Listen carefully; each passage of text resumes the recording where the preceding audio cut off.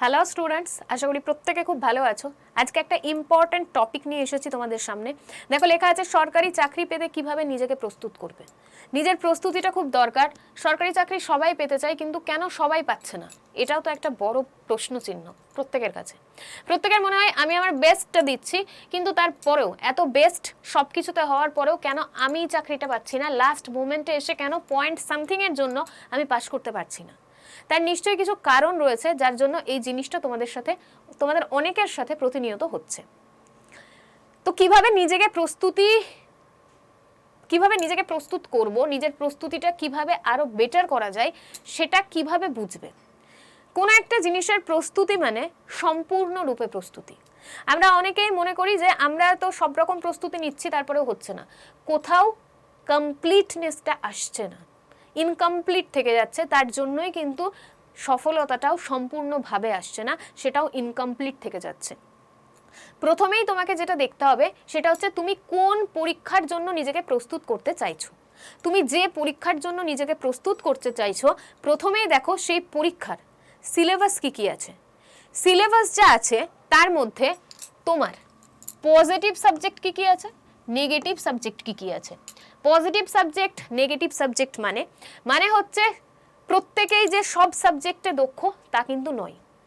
কিছু কিছু সাবজেক্টে খুব ভালো এবং কিছু কিছু সাবজেক্টে একটু খামতি প্রত্যেকের থাকে। তো যেগুলোতে তুমি খুবই ভালো, যেগুলো তোমার কনফিডেন্সের জায়গা, সেগুলো হচ্ছে পজিটিভ। আর যেগুলোতে মনে হচ্ছে যে না, কনফিডেন্সটা সেরকম পাচ্ছি না, এটাতে একটু প্রবলেম আমার হবে, এবং এটা যদি ভালো করে আমি না পড়ি তাহলে আমি পরীক্ষায় হয়তো ঠিক করে উত্তর দিতে পারবো না, সেটা হচ্ছে নেগেটিভ সাবজেক্ট। সেটাকে আগে বের করো।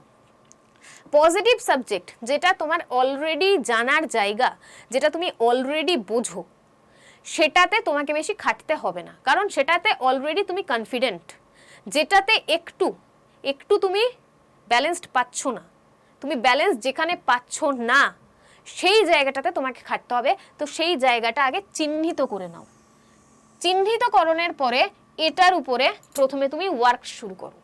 সেই সাবজেক্টটাকে আগে ভালো করে পড়তে শুরু করো, মুখস্থ নয়, পড়তে শুরু করো। কি অনুযায়ী? তোমার সিলেবাসে যে যে টপিকগুলো আছে সেই অনুযায়ী। যখন তোমার পড়া কমপ্লিট হয়ে যাবে সেই টপিকগুলো, মুখস্থ করে নয়, আবারও বলছি, যেই সাবজেক্ট তোমার পড়তে ভালো লাগে না তাকে যদি তুমি মুখস্থ করতে চাও, তাহলে পরের দিন ইচ্ছেই করবে না যে সেই বইটা নিয়ে তুমি বসবে। তার থেকে তুমি গল্পের আকারে পড়ো। গল্প পড়তে সবাই ভালোবাসে।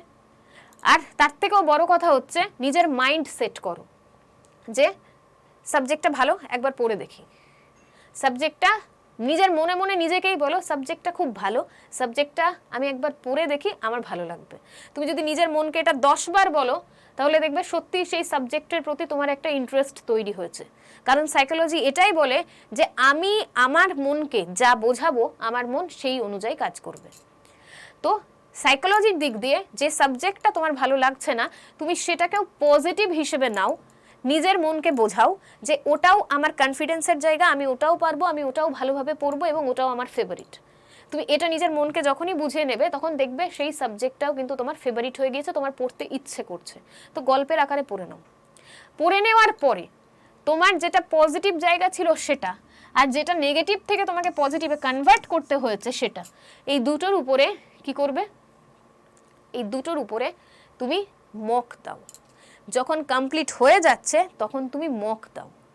মক দেওয়ার আগে তোমাকে আরেকটা কাজ করতে হবে, সেটা হচ্ছে তুমি যে পরীক্ষার জন্য প্রিপারেশন নিচ্ছ তার প্রিভিয়াস ইয়ার কোয়েশ্চেনটা তোমাকে একটু দেখতে হবে।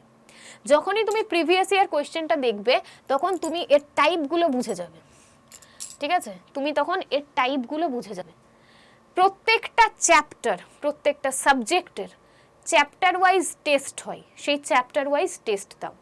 যেটা পজিটিভ সাবজেক্ট ছিল সেটারও, যেটা নেগেটিভ থেকে পজিটিভ করেছো, মানে যেটাতে তুমি কনফিডেন্স পাচ্ছিলে না বাট এখন কনফিডেন্ট, সেটারও, মানে পুরো সিলেবাস অনুযায়ী, পুরো সিলেবাসের টপিক অনুযায়ী তুমি ছোট ছোট মক দিতে থাকো। এবং প্রত্যেকটা টপিক অনুযায়ী যখন তোমার মক দেওয়া হয়ে যাবে, তখন পুরো সাবজেক্টের মক দাও।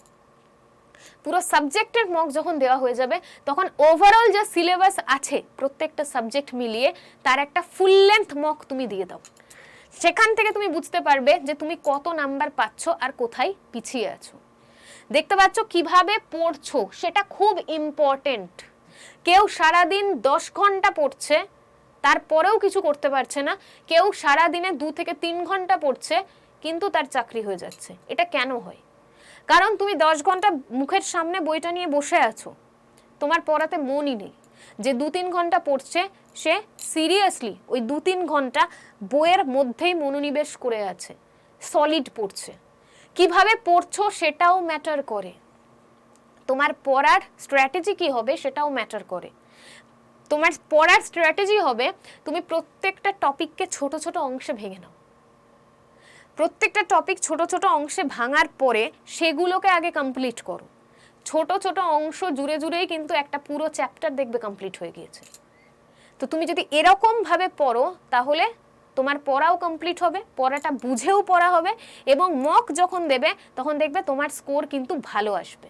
তো তোমাকে এভাবে পড়াশোনাটা করতে হবে। এরপরে মকের প্রয়োজনীয়তা কতটা, আদেও কি দরকার আছে? অবশ্যই দরকার আছে। কারণ তোমার স্কোর তোলার জন্য সবথেকে বেশি ইম্পর্টেন্ট হচ্ছে এই মক টেস্ট।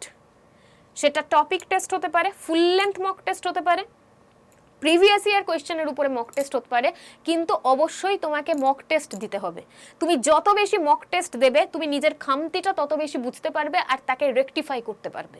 তাই অবশ্যই পুরো সিলেবাস কমপ্লিট করার পরে তুমি মক টেস্ট দাও, এবং সেখানে যা স্কোর হচ্ছে সেই স্কোরটা কেন কম হচ্ছে, কোথায় খামতি থাকছে, সেখানে আবার ওয়ার্ক করো, আবার মক টেস্ট দাও। এরকম করতে করতে দেখবে এক সময় তুমি কাট অফ ক্লিয়ার করে গিয়েছো, এবং সেটা শুধুমাত্র মক টেস্টে নয়, আসল পরীক্ষাতেও।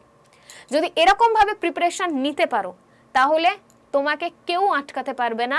উপরওয়ালাও তোমাকে কিন্তু হেল্প করবেন যে না, তুমি সারা বছর ধরে এভাবে পড়াশোনা করেছো, পরিশ্রম করেছো, তো এবার তোমাকেও পাশ করাতে হবে, তোমারও পাশ করার পালা চলে এসেছে।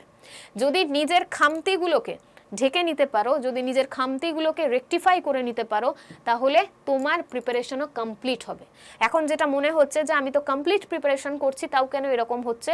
কমপ্লিট প্রিপারেশন হচ্ছে না, কোথাও কোথাও তোমাকে রেকটিফিকেশনের দরকার আছে। তোমার কোথাও কোথাও তোমার খানিকটা হলেও খামতি থেকে যাচ্ছে, সেগুলোকে মেরামত করার প্রয়োজন আছে। আর সেই সমস্তটা যখন মেরামত হয়ে যাবে এই প্রসেসের মাধ্যমে পড়াশোনা করে, তখন তুমি নিজেই দেখবে তুমি আরও কতটা বেশি কনফিডেন্ট। এই যে প্রসেসটা আমি বললাম, এটা একবার অ্যাপ্লাই করে দেখো, তাহলে নিজেরা বুঝতে পারবে এটা কতটা কার্যকরী এবং সাইকোলজিক্যালি কতটা সায়েন্টিফিক ওয়েতে তোমার জিনিসটা ঘটছে সেটাও তুমি বুঝতে পারবে। তুমি একবারে যদি একটা এত বড়, ধরো উদাহরণস্বরূপ তোমাকে একটা এত বড় পাথর দিয়ে দেওয়া হলো, দিয়ে বললো এখান থেকে তুমি এই পাথরটাকে ভেঙে ছোট ছোট অংশে ভেঙে দাও, তুমি পাথরটা দেখেই ঘাবড়ে যাবে। আর তোমাকে একদম ছোট ছোট পাথর দেওয়া হলো, দিয়ে বলে এগুলোকে তোমাকে ভাঙতে হবে, তুমি বলো তোমার কোনটা সহজ? তুমি কি ঘাবড়াবে? বরং তুমি কনফিডেন্টলি বলবে আরে এই ছোট ছোট আমার বেশিক্ষণ টাইমই লাগবে না। জাস্ট উদাহরণের জন্য বললাম। ঠিক সেরকম তুমি যদি বইটাতে মনে করো যে আমাকে পুরো বইটা কমপ্লিট করতে হবে, তাই পড়তে হবে, তাহলে তুমি বইটা দেখেই ঘাবড়ে যাবে।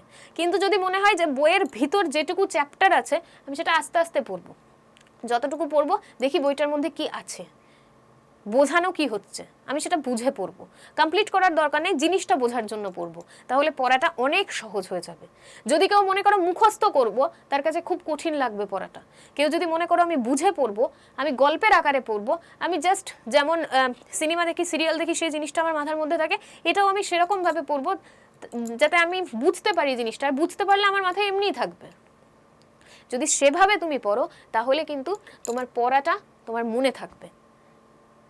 তো এই প্রসেসটা ফলো করো, আর তারপরে মক টেস্ট দাও, প্রিভিয়াস ইয়ার কোয়েশ্চেন করো এবং আসল পরীক্ষায় সফলতা লাভ করো।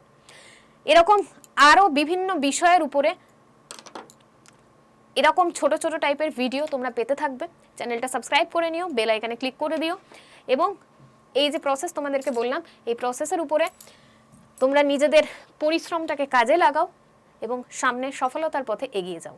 আজকের জন্য ভিডিওটা এই পর্যন্তই। পরে আবার কোনো একটা নতুন টপিকের উপরে কোনো একটা ভিডিও তোমাদের জন্য বানিয়ে দেবো, যেটা থেকে তোমাদের অবশ্যই উপকার হবে এবং সেটার সাহায্যে তোমরা অনেকটা আরও বেশি কনফিডেন্স পেয়ে যাবে।